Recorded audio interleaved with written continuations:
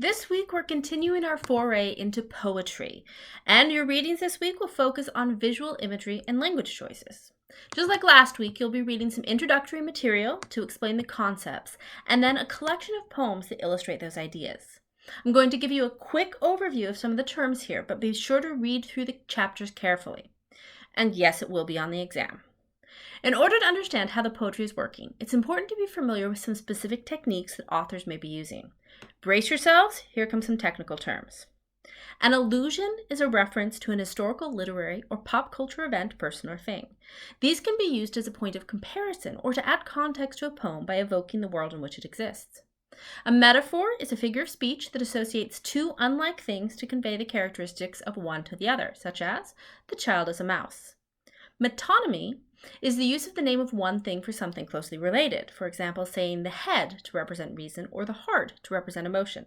This type of metaphor allows the author to use visual, concrete object to stand for a much more abstract element.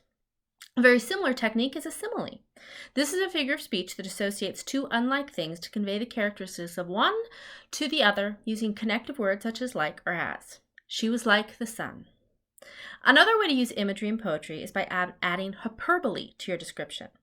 This is a figure of speech that deliberately exaggerates for effect. In addition to symbolic language that evokes images, poets can also make specific language choices based on the sound of the words themselves. Alliteration is a literary device that uses the repetition of consonants, usually at the beginning of the word, to create a stylistic effect in writing. For example, in Poe's Raven, he says, "The silken, sad, uncertain rustling of each purple curtain." This repeated S sounds creates an impression of the rustling curtains within the language itself. Similarly, assonance is a literary device that uses the repetition of vowels, usually at the beginning of the word, to create a stylistic effect in writing. Again from Poe. Thrilled me, filled me with fantastic terrors never felt before, so that now to still the beating of my heart I stood repeating, "'Tis some visitor entreating entrance at my chamber door, some late visitor entreating entrance at my chamber door. This it is, and nothing more." Both of these techniques allow the writer to not just use the meaning of the language, but its actual sound to communicate the feeling that you're trying to express through the poem. You hear the sounds of the narrator's world in the words that Poe uses to describe it. Next week, we'll be looking at how authors might also use the form of the poem to further their message or theme. If you need a review of any of these terms, there's a course glossary in your course materials module.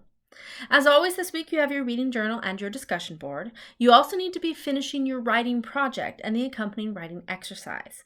Last week you submitted your draft to the tutoring center, so use that feedback, the revision checklist that I've posted in your modules to help you through that process. Remember, this assignment is worth 20% of your overall grade, so take it seriously.